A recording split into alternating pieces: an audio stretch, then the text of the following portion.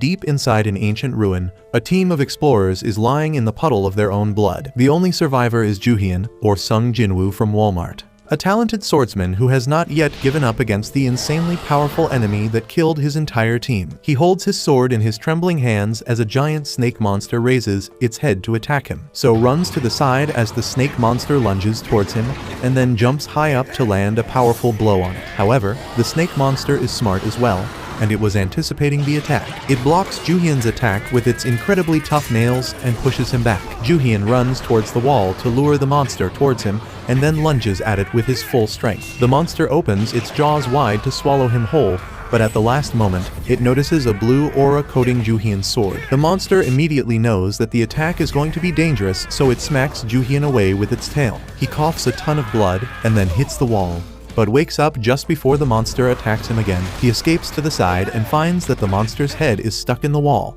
and this is his golden chance to finish it off. He jumps up and unleashes his full power through his sword to stab the snake's head. However, his sword can't handle the power flowing through it and cracks in half, leaving the blade stuck inside the snake's head. Juhyun is flung away by the explosion, and he can't regain his balance in the time the snake takes to free itself and bite his leg. Juhyun screams in pain and stabs the snake's eye repeatedly with his broken sword, but that is not enough to make it stop. The snake keeps chomping on his leg like he's a chew toy and then slams him on the ground. The snake keeps on tearing Juhyun's legs as he screams in pain. Thinking that he doesn't want to die like this, he curses a guy named Taejun for doing this to him and remembers how he was deployed to this mission with promise of a handsome reward.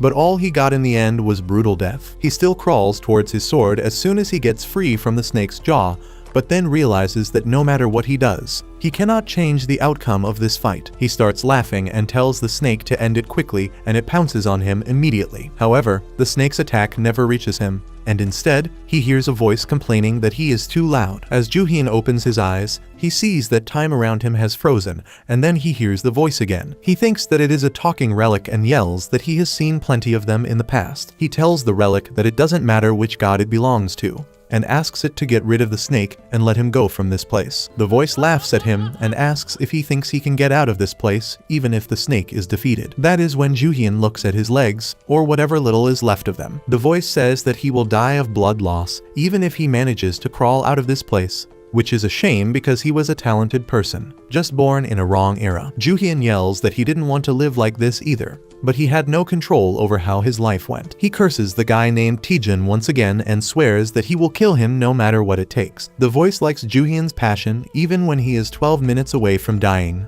and it starts descending from the ceiling. Juhyun sees a four-eyed crow flying down from the blazing golden light, who decides to give him a chance. The crow tells him to go and claim the throne of the true king if he can, and then shoots a burst of energy at him. Juhyun feels unimaginable pain as his lost legs grow back in an instant, and when he opens his eyes, he is so rattled that he doesn't realize that he has his legs and he is out of the dungeon. He wonders what was the deal with the crow that told him to claim the true king's throne, and feels like it must be a high-class relic. Suddenly, he realizes that he has got his legs back and he is alive and completely healthy. He looks around to see a bunch of pissed policemen staring at him while a woman complains that he hit her son for no reason. Juhyun wonders what is going on and why is he here, while the officer in front of him tries to interrogate him. He can't focus on his questions and wonders if the crow is making him see a dream that feels very real. The officer gets irritated when Juhyun doesn't even say his name, and says that this is a terrible way to start the year 2025. That is what snaps Juhyun out of his thoughts, and he checks the calendar to see that the date is 1st of January 2025. However, that shouldn't be possible because 2025 was 15 years ago. Juhyun realizes that the crow sent him to the past to give him another chance, and he starts smiling because now he can redo his life. Suddenly, he notices the Karen next to him, yelling at him for hitting her son. And after focusing a little, Juhyun can remember her and her ugly son. The boy came to pick a fight with him in high school, and when he pushed him, he flopped on the ground like a soccer player and brought him to the police station. He remembers that the last time, the woman asked for a ridiculous amount of compensation, and since he was broke, he had to get down on his knees and beg to reduce the amount. As he is lost in thoughts, the nasty old lady tells him to pay attention when seniors are talking. She tries to slap him, but Juhyun's body moves on its own and stops her hand, shocking everyone. However, he is surprised the most on seeing that his body still remembers how to fight. He decides to do things differently this time and tells the Karen to shut up because her son started the fight. He tells her that she is asking for too much compensation for slapping her idiot son. And that just proves that rich people are the most greedy people on the planet. This irritates the woman's son, and he charges towards Juhyun, who simply grabs his fist and slams him on the ground, while the woman tells the police officers to arrest him immediately. Juhyun starts assessing his situation. His body is moving really well, which makes him realize that the relic-induced sickness from his past life hasn't hit him yet. On top of that, he feels like all the combat skills that he developed in the past 15 years are still with him. He is super excited about this, but then he realizes that he messed up by attacking the boy in front of cops, even though everyone saw that he was just defending himself. The cops can't argue with the Karen because she has money, and they lock Juhyun up. The woman keeps cursing him and tells him that she will bankrupt his entire family for hurting her son. But Juhyun doesn't even care because the world is going to change very soon. In the year 2025, massive earthquakes rattled the planet and then tombs appeared everywhere. Inside the tombs were relics from mythology and fiction that had gained form after being remembered as stories by people for ages. Those who obtained the relics gained incredible abilities, so people left in search of relics for themselves. Juhyun was one such explorer, and he hit the jackpot when he found the archaeologist's relic that gave him knowledge about tombs and treasures. He thought he was going to make it big with his new abilities. But then things began to change. A big corporation called the TKBM company led by Taejun Kwon took control of the tombs, and they started using trained soldiers to stop people from exploring the tombs. Other big companies also monopolized the tombs, and normal people couldn't do anything against the power of capitalism. Luckily, Juhyun's abilities were recognized, and he was scouted by TKBM. For years, he handled the dirty work of the company, including theft, smuggling, spying, and illegally raiding tombs that were under government control. Because of him, Taejun made a lot of money, but he didn't get enough returns. What he got was hatred and scorn from other people who called him Taejun's lapdog. But Juhyun didn't mind it because he chose to become Taejun's dog. However, in the end, Taejun discarded him by sending him into a trap that almost killed him. After he finishes thinking about how things happened last time, Juhyun decides that he needs to get ready for excavating tombs as quickly as possible. Just as he thinks this, a message appears in front of him calling him a tomb raider and a lousy thief who can't even use a shovel properly. Juhyun realizes that this is the work of the four-eyed crow and yells at it to get out. Instead of the crow, another window pops out in front of him, showing him his skills. He is an F-rank spy who can detect anything in 1 meter radius. Juhyun is not playing this game because he already feels like a cheap copy of Sung Jinwoo, and he doesn't want his story to become the next solo leveling. He punches the window, and it disappears before another screen appears in front of him, giving him a mission to unlock all 4 skills of a tomb raider. Juhyun is not really pleased about that, and then the police officer tells him to shut up and take his schizophrenia meds because he is talking to air. Juhyun realizes that no one can see his system window,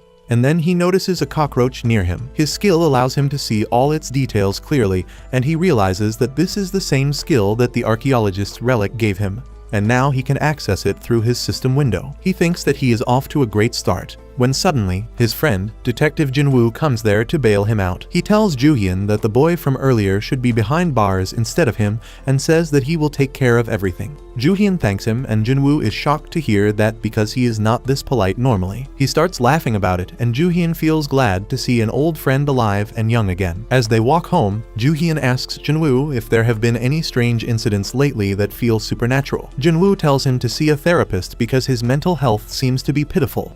Juhyun is now sure that there are no relic users in the world yet, but he feels that tombs have already appeared. He thinks that it is the perfect time to make a move, but the problem is that most of the early relics were in Europe and America, and he needs money to go there. Suddenly, he bumps into a bunch of thugs who ask him where he is going, and Juhyun starts grinning because he has found his cash cow. The leader of the thugs is Kyon, a low-level thug and art broker, and Juhyun used to work for him in the past when he desperately needed money. The wage was low, and he was treated like a dog, but he still kept working, but this time, he decides to do things differently. One of the thugs approaches him and tells him to get back to his senses, but the moment he tries to hit him, Juhyun slaps the crap out of him and punches him to the ground. He says that he is handing over his resignation and tells Kyon to give him his back pay and severance. Kyon laughs on hearing this and attacks him, but Juhyun dog walks him and scares the rest of the thugs. They decide to jump him, but Juhyun defeats them easily as well. He realizes that he still has all his skills,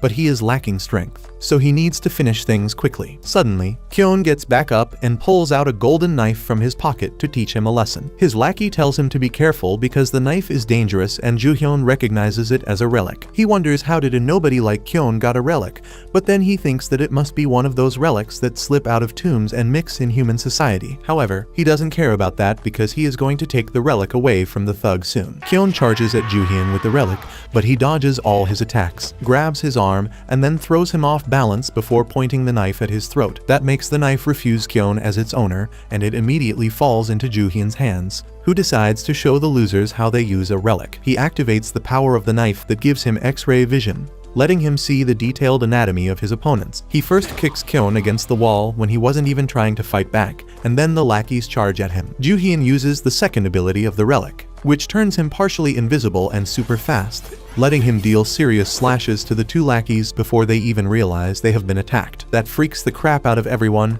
and they immediately give up. Later, Kyon tells his boss that he and his entire gang got their ass whooped, and she doesn't believe him at all. She is furious and asks how could he let that happen, and Kyon says that Juhyun was moving really fast and his eyes were glowing so they couldn't do anything. However, the worst part is that he took all the money in Kyon's bank account and a Buddha statue, and that drives his boss absolutely crazy, and she tells the loser to get it back at all costs. Suddenly, his spying skill activates and he learns that something suspicious is hidden in the statue. He wipes away the screen in front of him and then shakes the statue to confirm that it actually is hiding something. He cuts off the base of the statue with the knife and a small vial with a blue liquid falls on the ground. Juhyun immediately tosses the statue away because he recognizes the liquid is an illegal drug. There is just one more thing left to take care of now, and Juhyun calls his detective friend Jinwoo about it. At the same time, Kyon's boss is calling her boss to report about the missing statue. When her door is flung open, she lashes out, asking who dares disturb her when she is busy, and to her surprise, it is Jinwoo and another officer, who have brought Kyon to her office in handcuffs. Jinwoo says that they received a tip about a drug deal and caught her guy possessing a bottle of it. They are also investigating the warehouse he was working at to find more drugs. This makes the woman panic, but she tries to convince Jinwoo that she is just an art dealer and nothing more. She is confident that the police won't be able to crack the passwords protecting the warehouse rooms, but just then Jinwoo receives confirmation that they checked the art pieces in the warehouse and they all had drugs in them. The woman feels the world spinning on hearing that all the passwords were cracked, and Jinwoo puts her in handcuffs before letting her talk to Juhyun, who tells her that she needs to change her password from 12345. The woman curses him as the cops take her away, and soon after that, Jinwoo texts Juhyun that he will receive his 10 million yen reward for revealing the drug trafficking circle soon. Juhyun is happy to hear that now he has enough funds to start looking for relics. He decides to go home early and get some rest before starting his journey the next day when he suddenly hears a loud thud. He rushes to see what is happening and finds a tomb in the place where his flat used to be, and he doesn't know if that is a good thing or a bad one. Anyway, he goes to check things out and finds the locals distressed while military men are defending the tomb. He sees a woman talking on the phone about how the government of this country doesn't know about tombs yet, so they are going to detonate this one before the country learns about its true value. However, she is shocked to find a fellow excavator there and asks what the Republic of Bent is doing by sending its excavation team here. The guy named Kenshi asks the woman Linda what she is doing here because the United States should not be here either. While the two of them argue about who is going to get the loot from the tomb, Juhyun panics because he was not ready for the CIA and the Republic of Bent to be here. However, seeing how they plan to blow up the tomb, he realizes that they are no experts, which makes his work easier. Suddenly, he sees glowing red letters on the road, starting near him and leading towards the tomb. He recognizes them as tomb glyphs, which are like Insta bios of tombs, and if a person can understand them, they can know about the entrance of the tomb and the traps inside it. He follows the glyphs and finds their center, and just as he is about to start reading, the system window pops up in front of him and gives him the title of Expert Cryptographer. It also unlocks his F-rank skill linguistics that improves his understanding of all languages. That is also one of the skills he needs to unlock to complete his first quest, but Juhyun is not worried about it. He quickly finds the entrance of the tomb and slashes it with his knife, releasing a bright pillar of energy into the sky as the entrance opens up. Both Linda and Kenshi are shocked to see it because they have never seen a tomb open up properly. One of Linda's men tells her that the tomb entrance is opening and Kenshi rushes towards the pillar of light before her. Linda follows him and they both jump inside a hole in the ground that is releasing massive amounts of energy without thinking twice. Meanwhile, Juhyun uses a lighter to read the glyphs on the wall and follows them because he believes that this is the right direction. He soon comes to an open area with a clear lake in the middle, and that is exactly where he wants to be. He looks at the lake and then tosses his knife into it, pretty confident that it is going to work out. Just as he does that, a gigantic talking snake emerges from the lake, asking which poor fool has dropped his treasure in the lake this time. Juhyun waves at the snake to get its attention, who is not really pleased by his lax attitude. However, he doesn't plan to eat him and gently reaches up to him and opens his mouth, asking which knife is his, the golden one or the silver one. Juhyun knows that the relic of this tomb is gold and silver axe, that is derived from the story of the woodcutter who lost his axe and then got 2 more because of his honesty. Juhyun knows what he needs to do to clear the trial, and he tells the snake that neither of those knives belong to him. The snake then pulls out his knife and asks if this is the one he wants, and Juhyun knows that if he says yes, he will get back his knife and the relic of this tomb. But he doesn't plan to do it the easy way. He asks the snake if he can check the knife up close to confirm, and the snake has no problem with it. Juhyun walks up to it, and as soon as he gets his knife, he slashes the snake, giving it both physical and emotional damage. It asks him why he attacked when it was just trying to do its job, and Juhyun replies that he doesn't trust things like it. The snake surrounds him from all sides as Juhyun says that there is no guarantee that he will be rewarded for clearing this trial, and even if he gets the relic, he might turn into a mindless murderer. The snake is taken aback on hearing this and asks Juhyun how he knows about this secret. Juhyun recalls reading this in the news in his previous life. That time, the gold and silver axe was found in America, and its user turned into a serial killer. The snake suddenly attacks him, but Juhyun dodges that and jumps on top of it, stabbing its head with his knife. The snake tells him that it is not enough to subdue him, so Juhyun increases the power and thrusts the knife deeper, causing the snake to writhe in pain as it moves around, giving Juhyun the roller coaster ride of his life. Juhyun explains the different ways a person can master a relic. The first way is affinity, which is the ability to control relics through trust. The second is dominance, which means controlling a relic through force. And the third is compatibility, where the user and the relic are made for each other. Currently, he is trying to use dominance on the snake, who refuses to give up and plunges into the lake to shake Juhyun off. He keeps holding on to the snake no matter how fast or erratically it moves, and tells it to obey him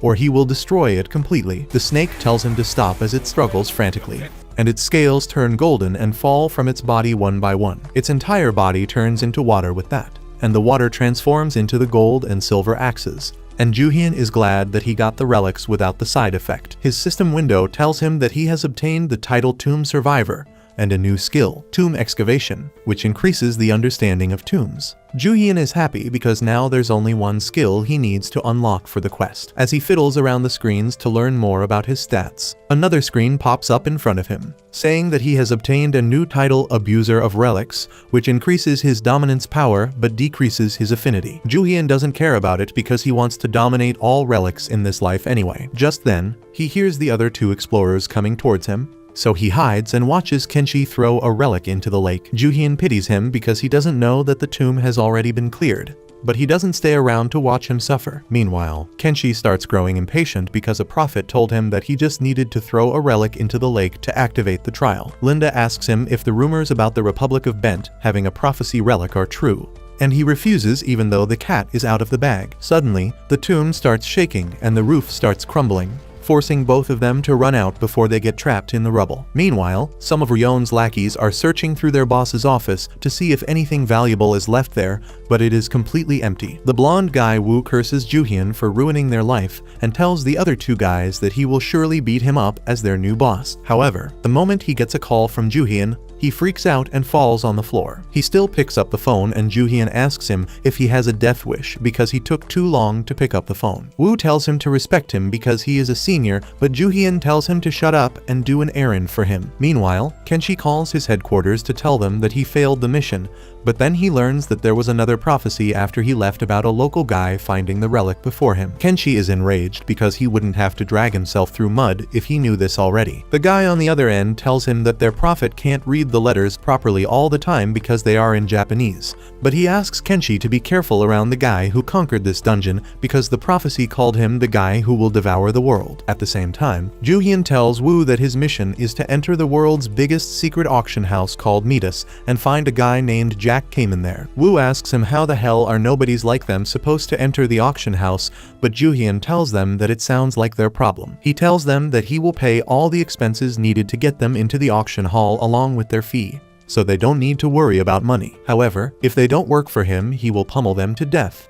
And that threat is enough to force the thugs to work for him. After that, Juhyun gets ready to go for relic hunting when he hears the news that another guy has committed seppuku, which makes it 4 people in the past month. That is not a surprise for Juhyun because the same thing happened the last time before tombs started appearing. He starts walking ahead and accidentally bumps into Kenshi, who starts lecturing him about manners. Juhyun remembers his face from the previous tomb raid, and he decides to stick around because he knows that the Republic of Bent has a prophecy relic. That means if Kenshi is here, a tomb will appear here soon. He can also see that Kenshi has a relic because he is not even trying to hide his aura. Juhyun ignores him on purpose to irritate him, and as Kenshi tries to stop him, he sprays his beer on his face and clothes, making him mad. Kenshi tells him to pray for dry cleaning, but Juhyun replies that he is just a broke college student. He pats his shoulder and asks him to calm down as he steals his relic, and drops his ID on the ground to make him back away. Just then, the ground starts shaking and the sky turns dark, and Juhyun realizes that another tomb has manifested nearby. He rushes to find it while Kenshi is happy that another prophecy came true.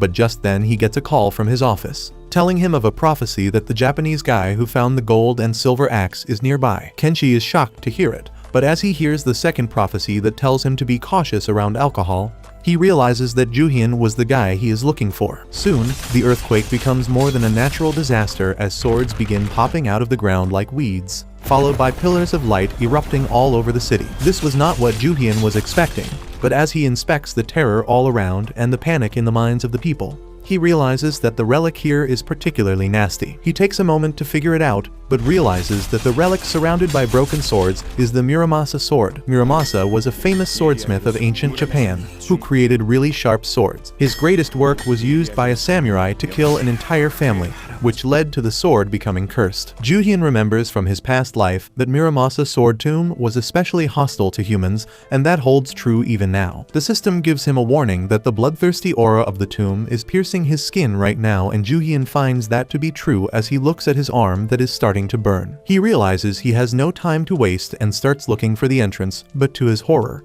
the tomb is much larger than he expected, and he is exhausted even before finding the entrance. He wishes that he stayed around Kenshi a bit longer because he would have known the direction to the entrance and made his work easier. Just then, Juhyun hears a woman scream, and he follows it to find a bunch of people in a hole with one girl going crazy. Everyone asks her to calm down, but the girl is so thirsty for blood that she has unlocked the Byakugan. Juhyun realizes that the relic has already possessed her, and if she cuts anyone, they will get possessed too. Suddenly, he notices a bridge leading down to the hole and realizes that it can only open when a sacrifice is offered. Juhyun asks the people in the pit if a Japanese guy caused all this and then ran away. One guy confirms his doubts and says that there was a shady-looking guy who started singing a weird song in Japanese, and that is what opened up the pit. The guy then pushed them all in and ran away. Juhyun knew that this would happen, but luckily, he has a new relic that he thinks can help him in this situation. He takes out the relic he stole from Kenshi earlier. It turns out to be a rope bracelet and a mochi dessert inside a glass case. Juhyun recognizes it as the relic from the story of the siblings who became the sun and the moon. A tiger chased their mother, who offered him the mochi cake to spare her life. The tiger then attacked her children, but a rope descended from the sky to save them. Suddenly, the system tells him that he has unlocked the 4th skill to pass his quest. The skill is Nimble Fingers that allows Juhyun to know how to use an item just by touching it. With that, he has completed his mission and become a full-fledged tomb raider from a rookie,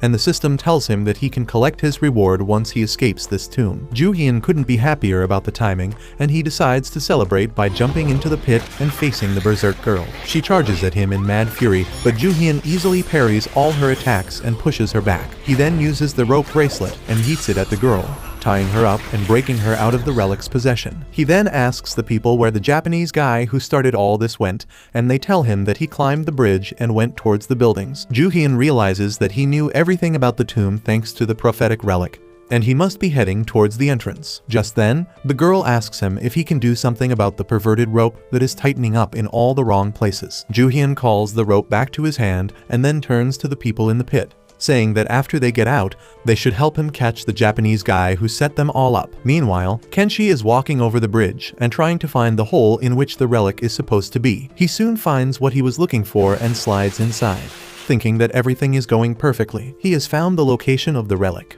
dealt with all the witnesses who would get in the way, and now all that is left is to get his hands on the Muramasa blade. Once he gets that, he plans to go straight to Ju-hyun and teach him a lesson because he is confident that once he has the Muramasa blade, he will be invincible. However, he soon loses his confidence and patience when he fails to find the Muramasa blade among the broken ones. Just then, the people he trapped earlier arrive there and start lynching him. Kenshi can't even process how they are here while he tries to stop them from kicking him. Suddenly, he sees Ju-hyun standing beyond the crowd, holding the golden axe in his hand, and Kenshi realizes who exactly set him up. Ju-hyun mocks him, saying that he can't do a single thing right even though he has an entire army backing him up. He then uses the golden axe as a radar to find the Muramasa blade, and after scanning the huge pit, he finally locates it. He summons the sword to himself like it is Thor's hammer, and the Muramasa blade is happy to be found too. It tells Ju-hyun to let it drink the blood of 10 humans because that will make it regain its true form and power. But if he fails to do it,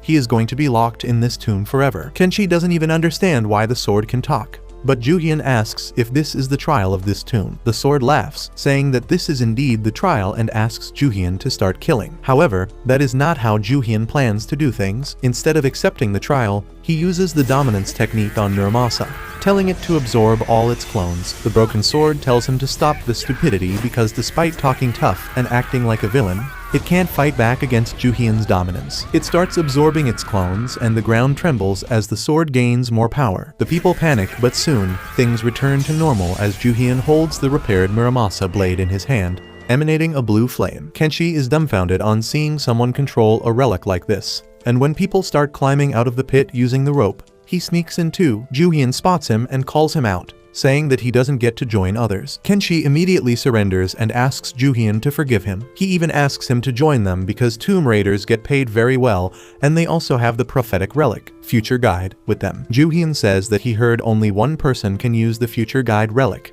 and Kenshi tells him that there is a company that can solve that problem. Ju-hyun is low-key impressed by how organized they are about it, but when Kenshi tells him that the company is TKBM, his mood immediately changes. Just then, all the civilians get out and tell Ju-hyun that he is up next. He immediately kicks Kenshi in the guts and leaves him stranded in the pit as he climbs up. Kenshi begs him to take him along, but Ju-hyun mocks him, telling him to ask TKBM to rescue him. With that, he commands the tomb to close, and Kenshi keeps begging him for mercy as he gets buried under the rocks. Later that night, the news talks about how an earthquake in the middle of the city turned into something disastrous as blades started protruding from the floor and the walls. The rescue operation is still ongoing, and the survivors tell the media that there was a Japanese guy responsible for everything. The news reaches Japan too, and the Prime Minister lashes out on Mori, the head of the excavation army. Mori says that it is all the fault of the Korean guy that their prophetic relic told them, but the Prime Minister doesn't want to hear anything about that because the excavation army was supposed to get rid of him. Mori takes the lashing without complaint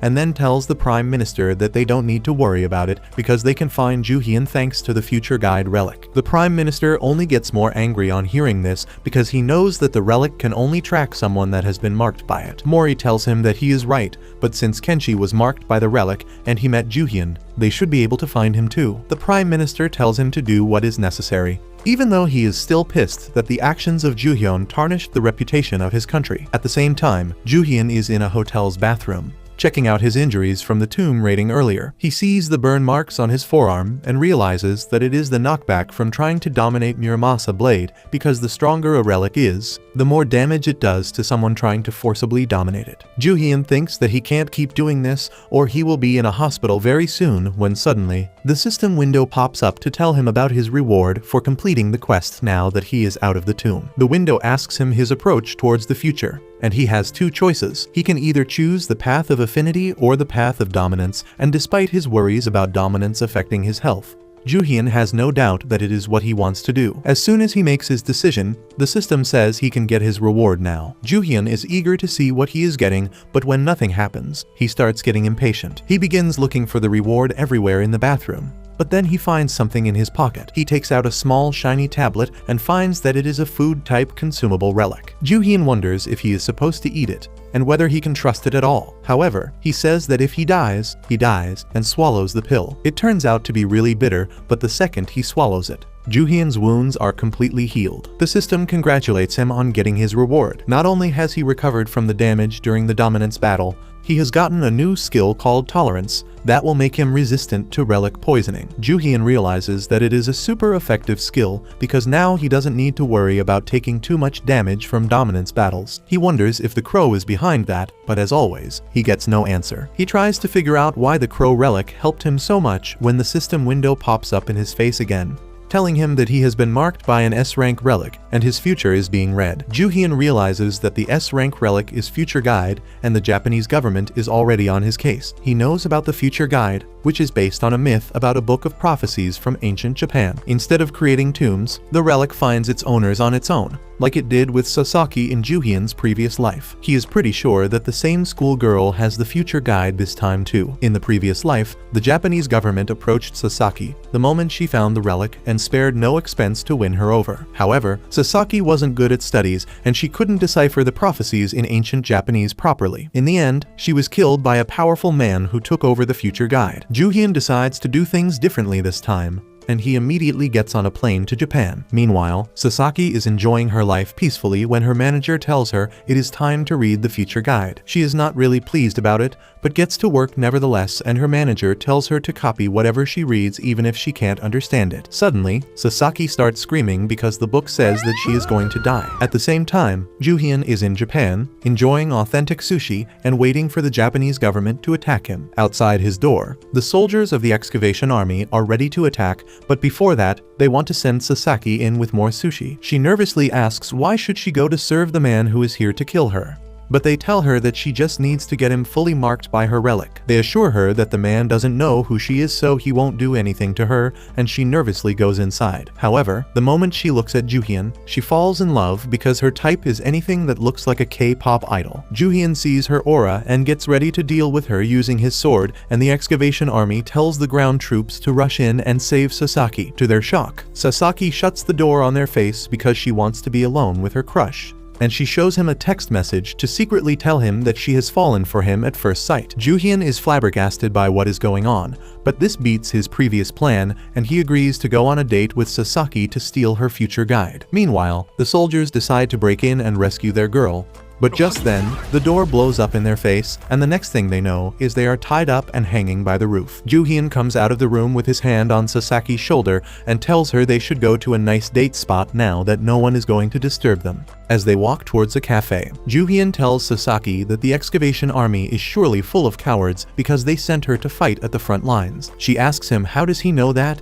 and he casually replies that he has his sources. Sasaki doesn't waste a moment and agrees with him, saying that the army is always watching her and restricting her movement. Juhyun suddenly pats her head, saying that they should create some trouble for those guys, and Sasaki falls even harder for him. She thinks that he is not a scary guy at all, and now that she has looked into his eyes, she can read his future too. That reminds her that she left the Future Guide at home, but she thinks it is not a big deal because she won't need it. Soon, they reach a coffee shop and Sasaki is really about the date, but then suddenly, Juhyun pulls a knife at her. She freaks out and asks what is he doing, and he tells her to hand over her phone. He crushes the phone under his feet and then reveals that he knows that she has the Future Guide, and he is going to need her to do some things for him. Sasaki has no choice but to obey him, and they book a private cabin in the cafe. Once the doors are closed, Juhyun tells the girl to get to work and note down all the prophecies in her Future Guide in his notebook. Sasaki lashes out at him for lying to her about going on a date, and then tells him that she can't help him because she left the Future Guide at home. Juhyun calls her a noob if she doesn't even know that she can just touch the tattoo on her arm and summon her relic here. The dumb girl does exactly what he tells her to, even though she doesn't want to help him.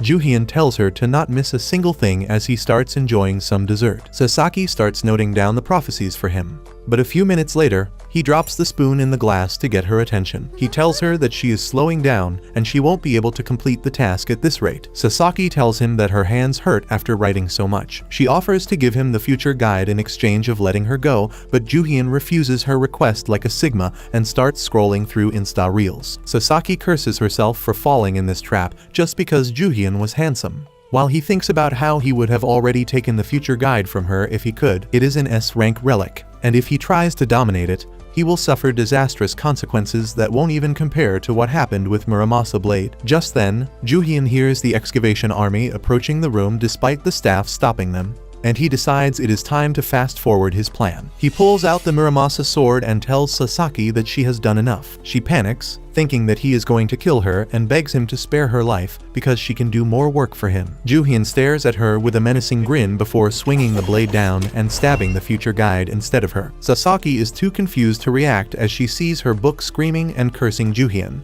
as lightning is released from its pages. However, the S-grade relic can't fight back and slowly disintegrates into black smoke. As soon as it vanishes, Sasaki's eyes turn blank and she passes out on the couch, and Juhyun says that this is for her own good. Just then, the system tells him that he has obtained the title Violent Relic Destroyer, which further increases his dominance and decreases his affinity. He has also gained a skill called Giant Hunter that he has no clue how to use. Just then, the excavation army chief Mori arrives there with soldiers to arrest Juhyun, and when he sees the burning remains of future guide, he is devastated. He says he will execute him right here, but Juhyun tells him to chill and eat the rice cake relic that he tosses towards them. Mori catches the rice cake and tells Juhyun that it won't work on him. However, the very next moment, the sweet aroma of the rice cake hypnotizes him and all his men. They completely lose sight of Juhyun and start drooling as they think of eating the rice cake. Mori points his gun at the soldiers trying to take the rice cake from him and tells them that as their senior, he is the one who gets to eat it. The soldiers point their guns at him in return, and one of them even fires at Mori, barely grazing his ear. Mori is furious at this, and he attacks the soldier, saying that he won't give up his rice cake, and other soldiers join the fight too. While the soldiers are busy fighting each other for the rice cake, Juhyun is already on an airplane to Korea. He reads the prophecies scribbled by Sasaki and finds the exact one he was looking for. It talks about the Great Entombment, a global calamity where the entire planet was trapped inside a gigantic tomb. That was the time when a huge number of relics appeared all over the world, and Juhyun wants to get ready for when it happens. The first step for that is to go to Vegas, where his minions are looking into the Midas auction house. They give Juhyun the report of their investigation and tell him that there were 3 people with the initial JK that had signed up at the Midas auction house. It doesn't take too much effort for Juhyun to find the guy he is looking for, and he is sure that since the guy is at the auction, some high-level relics must be there too. However, when he goes through the publicly announced auction brochure, he is disappointed because there is no god-tier relic there. Juhyun says that they are going to bid on some interesting-looking items either way, and the leader of the lackeys, Woo, asks Juhyun if he is serious because the auctions at Midas begin at 100 million won. Juhyun replies that he is as serious as stage 4 cancer, and he is going to enter the bidding war even though he doesn't have cash right now. His lackeys are stunned to hear this, but then Juhyun reminds them that they are in Vegas, and there is no place else where they can make good money easily. With that, they go to a casino and Juhyun hits the jackpot on every single machine. Everyone gathers around to see him in action, and even his lackeys don't understand how can he be so lucky. The security of the casino comes to pat him down to see if he is cheating, but they find nothing strange on him except a golden keychain. Juhyun tells the guard that it is his lucky charm, when in fact, it is the golden axe that has transformed into a pocket knife. Even in this form, it can attract wealth freely, which is how Juhyun hit all the jackpots. However, now that everyone has their eyes on him, he decides to move to the next casino. As he is leaving, an arrogant man enters the casino, telling everyone to move aside because a VIP is coming. Juhyun immediately recognizes the irritating guy as Siwoo, a man he dealt with in his previous life. He realizes that since Siwoo is here, his boss must be here too, and he is proven right as a rich old man named Taejun arrives there. Juhyun's blood boils because Taejun was the cause of his sufferings and painful death in the previous timeline. He swears that he will make him pay for his actions this time, starting with buying all the valuable relics at the auction. Suddenly, his lackeys come there holding his bag, Saying that it is acting strange, Juhyun opens the bag to find the silver axe, telling him that something is coming because it has the ability to detect enemies that are trying to harm its master. Juhyun looks around the casino and sees people fighting and panicking because they are losing money for some unexplained reason. He wonders what is going on. When a 10-on-10 baddie walks into the casino, Juhyun immediately recognizes the girl and the fact that she is the last person he wanted to see right now. She is Irene Holton, the youngest daughter of one of the world's richest families, and before Juhyun regressed, she possessed one of the god-tier relics, along with the title King of Bankruptcy. Irene was known to bring misfortune to anyone she went near, and Juhyun knows that if she gets close to him, he might lose all his money. He tells his lackeys to follow him as he starts speedwalking towards the exit. But Irene spots him, and it seems she has something to say to him. She chases after him, and Juhyun walks faster, pretending he didn't hear her at all. However, as he touches the door's handle, he gets a shock and a message from the system that it detects an ominous presence nearby and the power of his relics has been reduced. Before Juhyun can do anything, Irene grabs his hand and asks if he can spare 5 minutes to talk to her. Juhyun panics as he sees screens popping up in front of him, saying that the ominous presence has gotten a hold of him. His relics have been greatly weakened, and anything he does will result in failure right now. He immediately slaps off her hand and Irene apologizes for getting carried away. She innocently asks him if he is the one who keeps hitting the jackpots, and Juhyun's lackeys think today is the day he finally gets laid. Irene asks him to share his secret with her, but he tells her that she got the wrong guy. This pisses off Woo because he thinks Juhyun is an idiot for turning down a girl who approached him first. He tries talking to her and says he can tell her the secret over dinner. But the next moment, he and his friends are on the ground, suffering from intense stomachache. This leaves no doubt in Juhyun's mind that he needs to get away from Irene, but as he walks away, he slams his face into the door. Irene asks if he is alright, and Juhyun tells her that he is not, and it is all her fault. Irene gets excited on hearing this and says this is exactly what she needs his help with. She tells Juhyun that people around her always end up drowning in misfortune, and she wants to improve her luck to make everyone happy. Those words, combined with Irene's big dreamy eyes, make Juhyun question everything because in his previous life, she was the king of bankruptcy who threw the world into ruin and chaos. He wonders if she is just putting on an act. But Irene is serious about improving her luck through any means. Just then, Juhyun gets a message from the system that the ominous power of a god-tier relic is affecting him, and because of that his tolerance against the negative effects of relics increases. Juhyun realizes that the power he got from consuming the silver ball leveled up just by being close to Irene, and he decides to stop avoiding her because it can make him stronger. He decides to take Irene with him to the auction, because her back luck will influence everyone while he gets resistant to it and comes out as the winner. Irene is happy to tag along, and because of her, more than half of the auction participants leave as they just got some problem to deal with. Taejun is still there even though one of his factories caught fire. Soon, the auction starts with a vintage bottle of wine, but Juhyun tells Irene he is not interested in things like this. She is excited that he is giving her so much attention, even after knowing that she is unlucky for everyone around her. Juhyun starts pitying the girl after realizing that she used to be a kind-hearted person, but then the god-tier relic corrupted her and turned her into a vicious person. Suddenly, the system tells him that the power of Irene's relic increases when she is in a good mood, and right now, she is really happy that Juhyun is ready to help her. She suddenly starts radiating energy that causes an earthquake and brings forth great misfortune to everyone around. Juhyun panics and tells her to stop getting so excited, because the auction has just started. This worsens Irene's mood and reduces her power, ending the earthquake. However, as the auction resumes, Juhyun notices people fighting with each other, because Irene's power did a number on their mental health too. He decides to use it as a weapon, and makes her happy anytime he wants to drive people mad and kick them out of the auction. But despite everything he does, Taejun seems unaffected. Juhyun decides to mess up with him by joining any bidding war he takes part in just to jack up the price. He doesn't buy anything because he is waiting for an S-tier relic that the prophecy told about. However, all the items in the catalog are sold and Juhyun starts thinking that his visit to the auction house was a failure. Then suddenly, the auctioneer brings out an almond tree sapling that was not on the catalog, and both Juhyun and Taejun get excited because this is the S-grade relic they came here for. Juhyun is the first one to raise his hand, and everyone is curious about who this new mysterious bidder is. Taejun raises his hand immediately after Juhyun, confirming his doubts that he is here for the same thing as him. The item in front of them traces its roots to the ancient kingdom of Dahlia, whose legendary emperor waged a tremendous war to locate the herb of eternal life. Well, it is not exactly a herb, but the almond tree sapling in front of them is exactly what the emperor was looking for. In his previous life, Juhien wrecked his body because of the side effects of incompatible relics, and he had to do all sorts of dirty jobs imaginable to save enough money to get the fruits from this tree that belonged to Tijun to keep himself alive. Now, Juhien wonders if Tijun found the relic in this auction, and he is determined to outbid him no matter what the cost is. However, his determination is immediately shaken when the host tells both the bidders that they have excellent taste because this relic makes its owner a beast in the bedroom. Juhien feels embarrassed now, and Irene pities him for being so desperate that he needs a relic to be good in bed. Tijun is embarrassed too,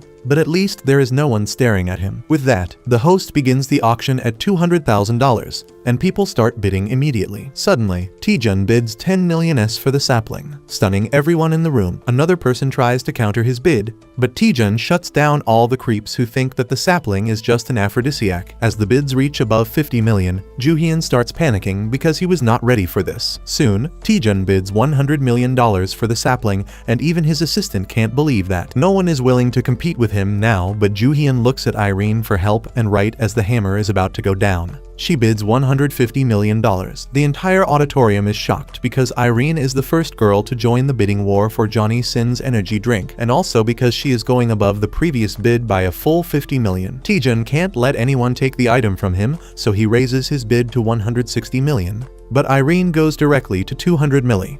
Tijun's ego gets hurt by this, and he raises his bid again, and his assistant Siwoo asks him to stop because they are facing off against the daughter of the Holton family, and their pockets are as deep as the Mariana Trench. Tijun refuses to listen to him, and just then, Irene takes her offer to 300 million. Tijun is about to bid again, but Siwoo holds him down using his full strength, letting the relic go to Irene. Soon, Juhien and Irene head to the front desk, and the receptionist there tells them to wait while he gets their item ready. Juhien thanks Irene for having his back earlier and apologizes for making her burn a fortune. Irene tells him that it is not a big deal because he is going to help her get rid of her bad fortune after all. She asks if there is an item that can let her borrow his luck, and Juhien tells her that he won't give her anything. Instead, he will take something from her. He asks if there is a strange thing that follows her around, and tells her to hand it over, because once she does that, her misfortunes would end. Juhien knows that if he gets the bankruptcy relic, the smartest thing would be to destroy it, but he knows that he can just keep it with him and use it later. However, Irene tells him that there is nothing following her. Juhien is taken aback on hearing that,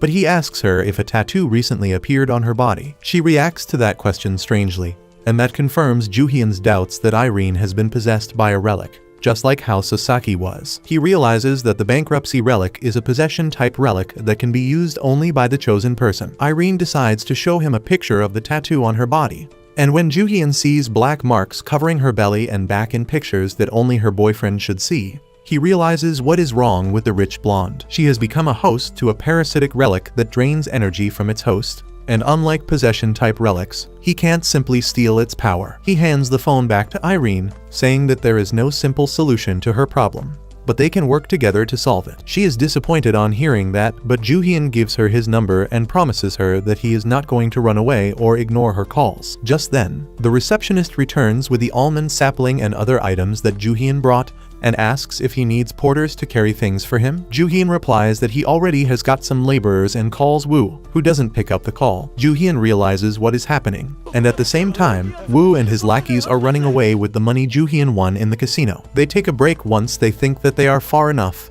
and then start celebrating the fact that they are going to be rich. They start laughing about how they fooled Juhien and stole his money. But just then, a silver axe comes flying and sticks to the wall right next to Woo. He soils his pants as he sees Juhien walking towards him and asks how did he even find them. Juhien doesn't tell them that the silver axe led him to them. He declares that they will get punished, and then takes out a small stone from his pocket. Woo asks him if he is going to hit him with the stone, but he doesn't know it is a relic. Juhien activates its ability, and the stone starts shining as it turns into a stone tablet, and a pillar appears before Juhien. He explains that this is the Code of Hammurabi, written by the ancient king of Babylonia.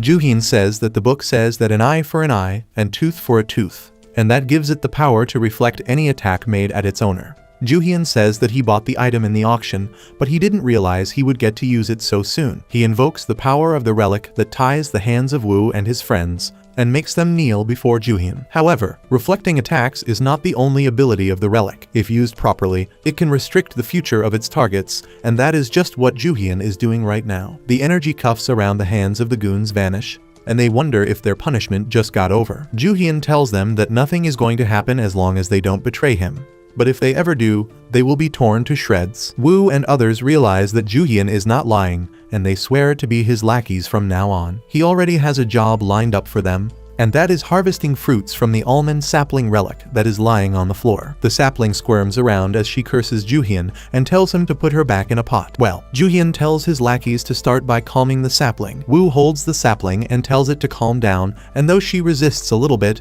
she finds that she enjoys his touch. He begins massaging the sapling, and his two friends also join him without understanding what they are really doing. Juhyun is surprised to see that Woo has high affinity with the relic, because last night, when he tried to dominate it, the sapling bonked him in the head and told him to get his dirty hands off. Now, Woo leads the lackeys in repotting the sapling, and Juhyun decides to let him handle it. Just then, he gets a call from a number he recognizes as belonging to Taejun. He realizes that Taejun has started looking into him after yesterday, and he decides to play along. Juhyun picks up the phone, and Taejun quickly introduces himself before getting straight to the point. He knows that Juhyun has the tree that Irene won at the auction, and he wants to discuss if there is a way he can get it. Juhyun replies that he doesn't want to share the sapling with anyone, and that pisses off Taejun. But then his assistant Siwoo says that he can get the relic for him. He says that if he can use the company relics, it will be an easy job to beat Juhyun and take the sapling, and that will earn him some brownie points with the CEO. A few days later, Juhyun is in a bar by himself, and he is running out of patience because he has been waiting for Taejun to take action this entire time. He feels lucky today because the silver axe is responding strongly to an enemy, and that turns out to be Siwoo, who approaches Juhyun and calls his name. Juhyun just glances at him to make sure he is alone and then ignores him to taunt him. Siwoo gets furious after Juhyun doesn't respond after a couple of calls, and he starts yelling at his ear. Juhyun was waiting for him to get close, and he hits Siwoo with his elbow, knocking him down before apologizing for being startled. Siwoo gets up and yells at him again, telling Juhyun not to pretend like he doesn't know him because they met at the auction. Juhyun pretends to think about it and then calls Siwoo Taejun's left nut, which makes him really furious. This angers Siwoo even more, and the system tells Juhyun that when Siwoo loses his cool, his dominance will weaken. Well, Juhyun already knew that because in the past timeline too, all Siwoo did was lick Taejun's boots, but because of his insecurities, it was easy to rattle him, and then he couldn't use high-grade relics. Juhyun plans to do the same thing, and he targets Taejun this time instead. He asks Siwoo if his boss is really that desperate to get the aphrodisiac almond, and Siwoo can't hold it back any longer. He jumps at Juhyun with a flask containing a mysterious dust, but when he tries to throw it, nothing comes out. Siwoo is confused about what went wrong, but by the time he figures anything out, Juhyun grabs the relic and then slams his face on the table. He tells Siwoo that he can't use relics when his dominance is falling, and he is going to take away the gold dust relic. As Juhyun puts his dominance energy into the relic, it immediately begins active and accepts him as its new master. Juhyun then pins Siwoo to the ground and pours the powder on his back, causing him to freak out and beg for mercy. That's because the relic is called Voodoo Priest's Zombie Powder, which is an rank possession relic. The relic punishes sinners by turning them into mindless zombies permanently,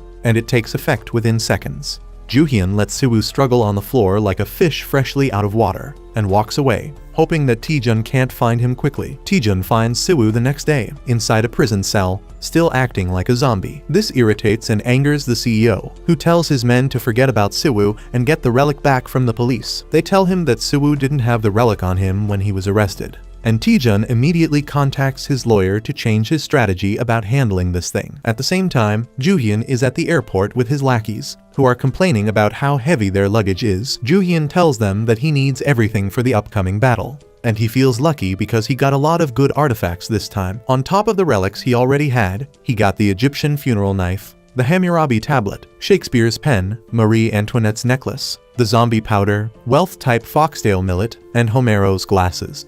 Juhyun thinks that this will be good enough to give him a head start to collect more relics, when suddenly, a woman approaches him. She introduces herself as Jinna, the lawyer for TKBM Corporation and Taejun, and Juhyun realizes that the old man is getting serious now. Jinna takes Juhyun out for coffee and tells him that Taejun thinks very highly of his abilities and wants him to work for his company. Jinna slides the documents to Juhyun, saying that he will get a signing bonus of $100 million and a separate monthly salary. They won't interfere in his private life, but he can only work for their company. Juhyun replies that he has no interest in becoming someone's slave, and Jinna tells him to watch his words because he doesn't want to mess with Taejun because he can get rid of people like him without lifting a single finger. Juhyun asks Jinna if she is threatening him and tells her that she shouldn't pick a fight with him either. He suddenly takes out the zombie powder and Jinna thinks that he won't use it in such a crowded place. However, Juhyun doesn't mind an audience, and as soon as he unplugs the bottle, Jinna pushes the table and gets away from him. She uses her relic to launch a water cannon at him,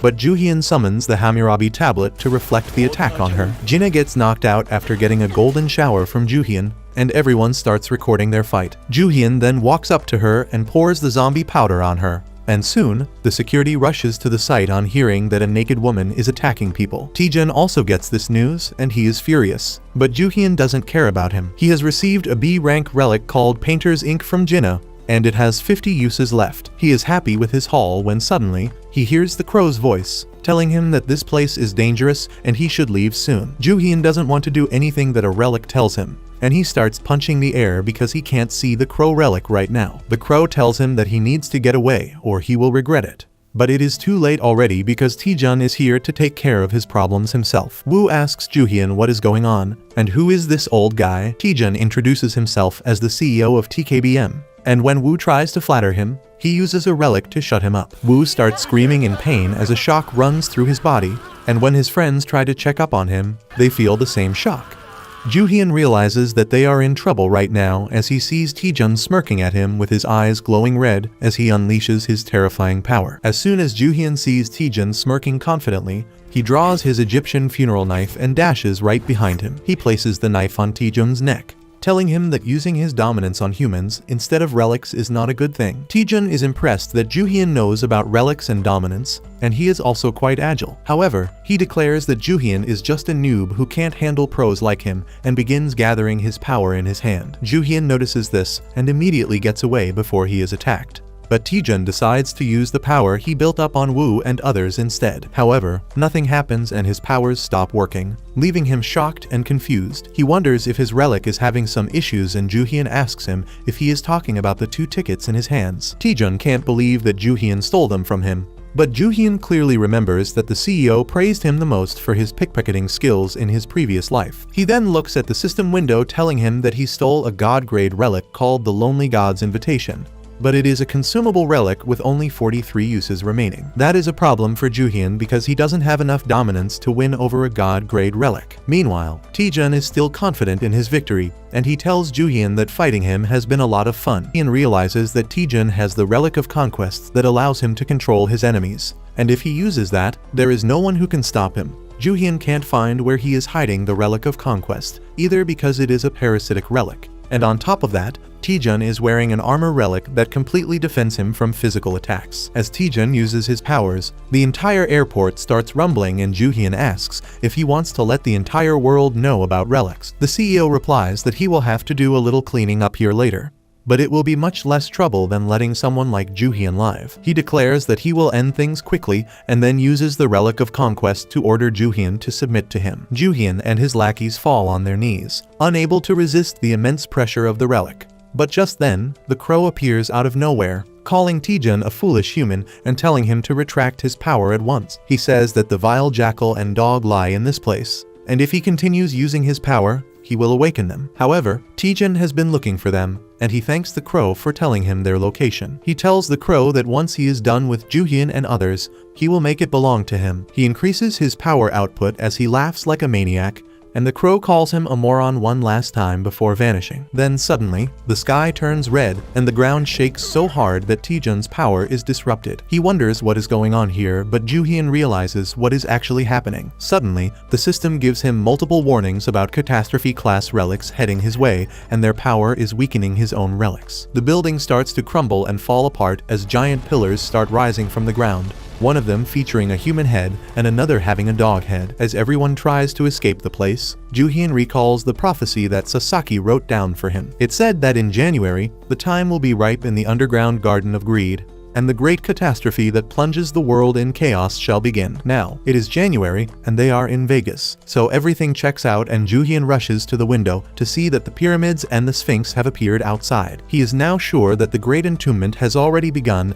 and no one except him knows about it. His lackeys are freaking out badly, and they ask Juhyun what will they do now. He tells them that they can't do anything because they are trapped here thanks to the greedy CEO, who is still trying to figure out why he can't use his relics. Juhyun can't tell them that great tombs like this are appearing all over the world as they speak and causing tremendous destruction and chaos. His thoughts are disrupted by a thunderous voice, asking who the hell dared disturb his sleep. Juhyun looks up to see a white jackal with golden accessories floating above them, and he immediately recognizes it as the relic Set, based on the ancient Egyptian god of deserts, darkness, destruction, and evil. Just then, a black dog also appears there to see what is causing the disturbance, and Juhyun realizes that it is not just him. The black Doberman is Anubis, the god of funeral rites, who guides the dead to afterlife, while the necklace is Osiris, the god of fertility and afterlife. Juhyun is excited to see 3 god-grade relics in front of him, and he realizes that this is what the Great Entombment means. Suddenly, Anubis speaks, asking how can a mere human have the power to awaken all of them, but Set cuts him off, saying that it was just a coincidence. He then starts sniffing because he can smell something familiar, and Osiris tells the jackal god to have some dignity. Set lashes at him, saying that he can't have any dignity when he is breathing the same air as humans. Juhyun realizes that the jackal is going to be the biggest issue, and he is right because Set declares that he will rest assured only after wiping out all the puny humans. Juhyun was waiting for this, and he summons the Code of Hammurabi, challenging the Egyptian god to try his strength. Set laughs at him, saying that a weak relic like that can't do anything to him. He then gathers his power and shoots an energy ball at Juhyun, who reflects it right back at him using the Code of Hammurabi. That deals damage to all 3 god-tier relics, and Set can't understand how that is possible. Juhyun tells him that this is what happens when he judges relics based on their rank alone. Set ignores that taunt fully because he can smell the crow on Juhyun, and Anubis is surprised to hear that. He calls Crow the traitor who sided with humans, but remarks that he was sealed long ago, so he can't be here. Set starts yelling at him because Anubis doesn't trust his sharp nose, but Osiris tells them to calm down because he is going to punish the arrogant human with their trials. Osiris starts using its power, and a golden energy swallows Juhyun, who realizes that he is in trouble now. When he opens his eyes, he finds himself on a giant golden scale, with a feather on the other side. He realizes what is happening when suddenly, he sees a giant version of Anubis standing in front of him along with 5 floating faceless priests. Anubis tells him that this is the scale of judgment that will decide his fate.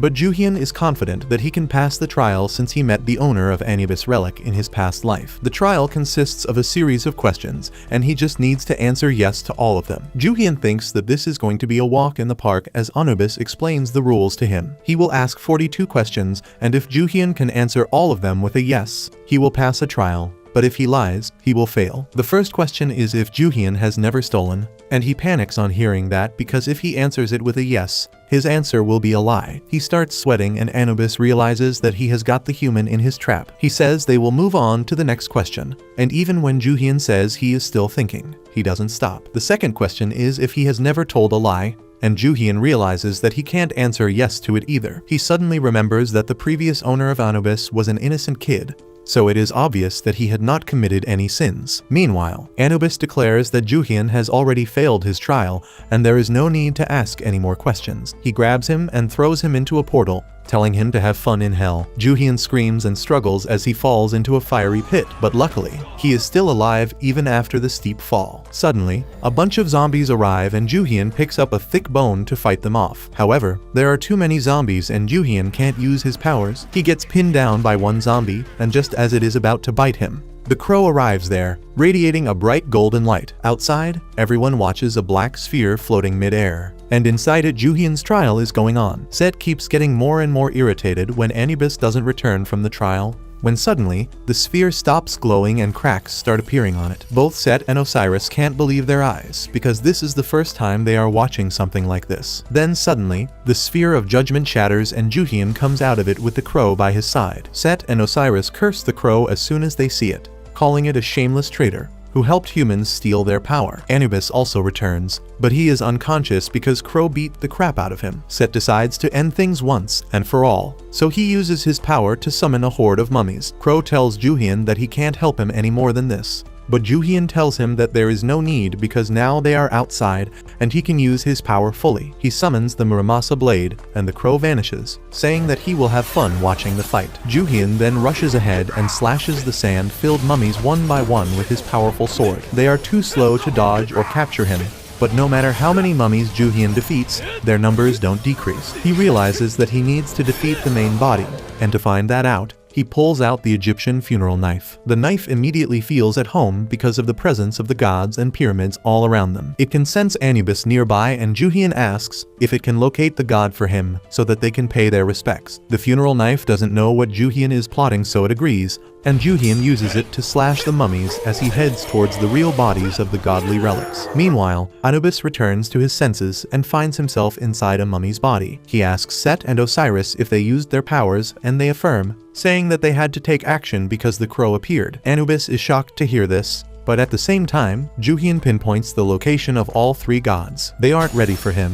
and Juhien slashes Set first, cutting the jackal statue inside the mummy into two. He then cuts through Osiris and its hourglass, before attacking Anubis and revealing the ankh hidden inside the mummy. Juhien points the knife at Anubis, saying that the previous judgment is null and void, and they will play his little game again. Anubis says that there is no way he will pass his trial. But since Juhien has the funeral knife pointed at him, the dog god has no choice but to listen to him, and he transports them back inside his dimension again. This time, he is much weaker and smaller, and before he can ask any questions, Juhien grabs it by the throat and says that he will ask only the questions he tells him to. The first question is if he has ever stolen, and Anubis refuses to ask it like that. However, when Juhien puts a little more pressure on his throat and drops him on the scale, he realizes he can't bully the human anymore. He asks Juhien if he has ever stolen, but Juhien tells him to say it louder. In response, Anubis yells the question, but Juhien kicks him and asks him where his manners are. Anubis is flustered, but he can't disobey Juhien right now, so he asks the question politely. Juhien says yes, and then begins making up the second question, which flusters Anubis even more. However, he is in no position to refuse, and in the end, Juhien appears out of the sphere of judgment with Anubis's ankh in his hands. As he looks at the ankh, the system tells him that because he dominated an Egyptian god relic, his dominance over all Egyptian relics has increased. His resistance to death-type relics has also increased because of his possession of Anubis, and his skills have also leveled up. On top of all that, he has earned a couple new titles, including Explorer of the Great Tomb and Deceitful Tomb Raider. Juhien doesn't really like those titles and wishes that he got something better. Just then, Tijun approaches him, and this time, he is much more respectful. He says that he grossly underestimated Juhien's skills the last time, but now he has seen how powerful he is. He says that the world is about to change and Juhien is going to be a valuable person in reshaping the future. He asks him to work for his company because they can support him with anything he needs. However, those words are the last thing Juhien ever wanted to hear, and they cause the years of pent-up rage inside him to burst up. He draws the Muramasa blade and slashes Tijun's neck before he even realizes what is happening, and Juhien's lackeys are horrified on seeing their boss's new side. Juhien remembers how Tijun used the Tree of Eternal Life to turn him into a slave in his previous life, and he swears to himself that he won't be fooled by him or anyone else this time. He is satisfied that he killed the biggest target in his hit list. But then suddenly, Tijun's decapitated head begins smiling. He says that it was unexpected, and then his blood rushes back to his body as his head attaches itself to his neck again. Juhien realizes that this is also the power of a relic, and Tijun affirms, asking if he finds this a little too creepy. Well, Juhien isn't even the tiniest bit spooked because he knows the relic that Tijun just used. It must have been the body of Achilles, the ancient Greek hero who would have committed seppuku in the afterlife if Elliot Page actually played him in the Odyssey. His mommy dipped him in the river Styx the moment he was born, and every part of his body that was touched by water became invincible, except his heel that became his only weakness. Juhien knows that Tijun must also have a weakness, but he can't find his Achilles heel right now. Meanwhile, Tijun is confident that his show of power is enough to convince Juhien that he can't beat him. He asks if he still needs more time to make up his mind, and Juhien replies that he only needs time to chop him into 1,000,000 tiny pieces. With that, he unleashes the full power of the Muramasa blade and rushes towards Tijun. who wasn't expecting another round of attacks. Ju-hyun deals numerous lethal slashes at him, but then suddenly, his blade snaps in half because one of Taejun's relics activated automatically on realizing that he was in danger. His body starts floating in the air with a purple aura covering him and releasing energy bolts that start destroying the building. The relic gathers energy and shoots it towards Ju-hyun, who summons the code of Hammurabi to defend himself. But the attack is powerful enough to crack the stone pillar. Ju-hyun realizes that he can't hold on much longer, and he puts his full strength into the relic to reflect Taejun's attack back at him, causing a huge explosion that blows out all the windows of the building. When the smoke clears, Ju-hyun sees Taejun unconscious with his back against the wall, and he walks up to him to check if he is still alive. To his surprise, Taejun's relics are keeping him alive despite his injuries, and Ju-hyun decides to finish him once and for all. However, the Muramasa blade is still broken, and he realizes that his other relic also took a lot of damage. He thinks that the same thing must have happened to Taejun's relics, so he decides to let him live for now. Instead, Ju-hyun calls Irene and asks for a favor, telling her to search for a Japanese guy named Yanagi. Irene soon comes to meet him and delivers devastating news to him, telling him that Yanagi is already dead. Ju-hyun freaks out on hearing this, and Irene explains that Yanagi came to her brother a few months ago, pretending to be an art dealer. However, he sold them a fake painting, and when her brother chased after him, Yanagi's car lost its grip and fell down a cliff, ending his life. Ju-hyun is in trouble now, because the guy named Yanagi was the best relic restorer he knew. Relics can lose their power or get damaged in various ways, but some special relics have the powers of restoration. Those who can use them are called relic restorers, and Yanagi was actually one of Ju-hyun's team members in the past life. Irene apologizes that she can't help him properly, but then Ju-hyun realizes that in his previous life, he met Yanagi 5 years from now. Since Yanagi's life has not been influenced by his return yet,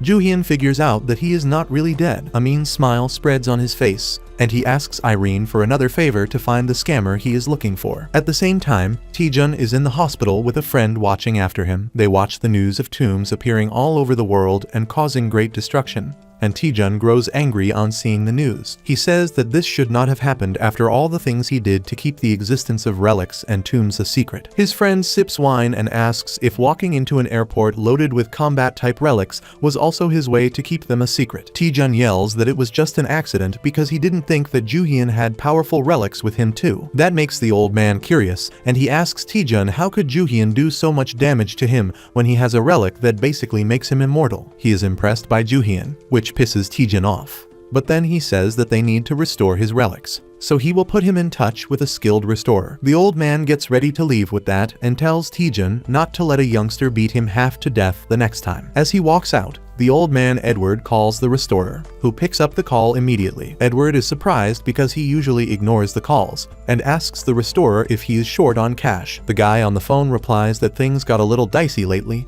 and he has to play dead for a while, and there are some people who want an outrageous amount of money from him to stay quiet. That's why he is in such a pinch, and he asks Edward if he has a job that can help him make good money quickly, because he won't call him for any other reason. Edward tells him that he has hooked some pretty big fish this time, and the restorer will be happy to do business with him. At the same time, Ju-hyun and his lackeys are looking for art dealers that Yanagi used to work with. After canceling out 49 people from his list, Ju-hyun walks into the 50th store, and the receptionist asks if he is looking for a particular artwork. Ju-hyun tells her that he is here to get some artifacts restored, and that sentence catches the woman off guard. She calms down and tells him that they only deal in art pieces and nothing else. But then Woo suddenly starts acting like a bully. He places the bag on the table and tells the receptionist to stop fooling them because they know she deals in relics. Ju-hyun pulls him to the side to scold him, but Woo says that they need to play good cop bad cop to convince the woman. While they are bickering like fools, the receptionist looks inside the bag on the table and finds a number of relics inside that are seriously damaged. She wonders how did Ju-hyun get so many high-grade relics, and seeing her reaction, he can confirm that she knows about relics. Ju-hyun asks her to help him because the relics are very precious to him, but they are all damaged. He says someone told him he could get his relics restored here and promises the woman that he will keep the nature of this place a secret. She asks him to wait a minute and then goes into the staff room. And Ju-hyun knows that she is contacting Yanagi because she used to be his secretary in his past life. That confirms that Yanagi is still alive. And meanwhile, the secretary tells Yanagi that they have some god-grade relics and a clueless owner so they can exploit him a lot. Yanagi is glad to hear that, and he tells the woman to lure the clients in. She asks him to wait a few minutes while they examine the condition of his relics, and Juhyun lets her take the relics inside. Realizing that Yanagi must be in the building to make any move. Turns out, he is a few rooms away, and he looks at all the relics and tells the secretary to keep the guests busy while he works his magic. However, he is not just restoring the relics, but creating duplicates of them using a B-grade relic called Forger's Secret Signature. The duplicates he creates look exactly like the original relics and give off the same aura as well. They work for half a day before becoming duds,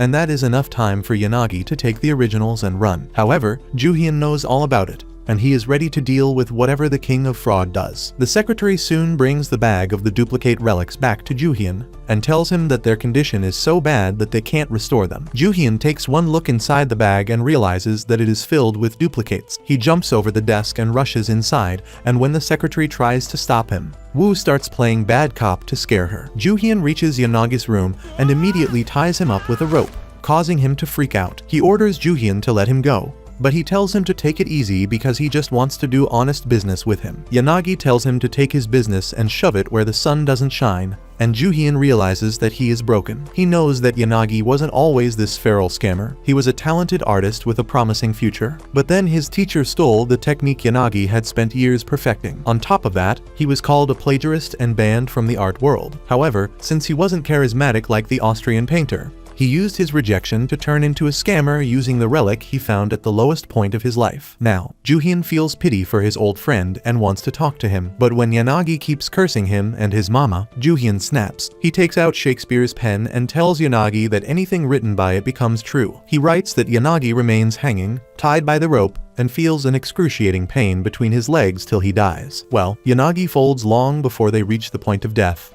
and he signs a contract with Juhyun, signing off his rights. He cries that he has signed a slave contract, but Juhyun says that this is an exclusive contract and he gets good money out of it. Yanagi tells him to piss off because he already has a contract with the CEO of TKMB. And Juhyun realizes that things have gotten interesting now. He knows that since Yanagi is tied to him by the contract, the Code of Hammurabi will make sure he doesn't break the contract. However, he still needs to win his trust to get him to work on God-grade relics. Juhyun introduces himself to Yanagi and invites him to join his new excavation team. He then asks him to introduce himself, and Yanagi refuses. So Juhyun reveals everything the people of this world know about Yanagi at this point. However, as soon as he mentions that Yanagi copies the art style of his teacher Jin, he flips and rushes to punch him. Juhyun easily blocks his punch as Yanagi says that Jin is the one who copied his style. Juhyun asks if personal art style is so easy to copy, and Yanagi says that Jin saw him develop that style. However, it would make sense if he just copied his style.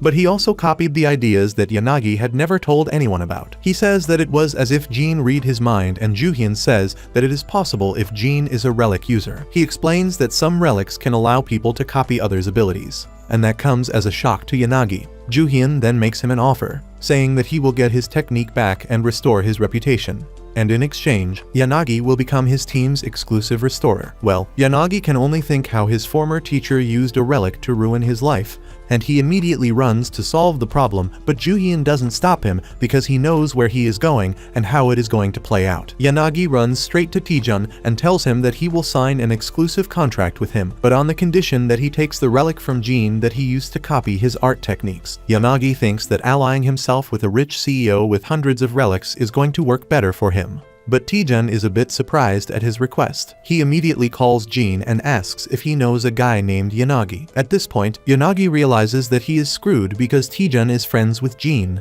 and there is no way he is going to turn on him just for a restorer. Taejun orders his bodyguards to hit Jin, and he is almost about to cry as he asks why are they attacking him. Taejun tells his men not to break his arms no matter what they do.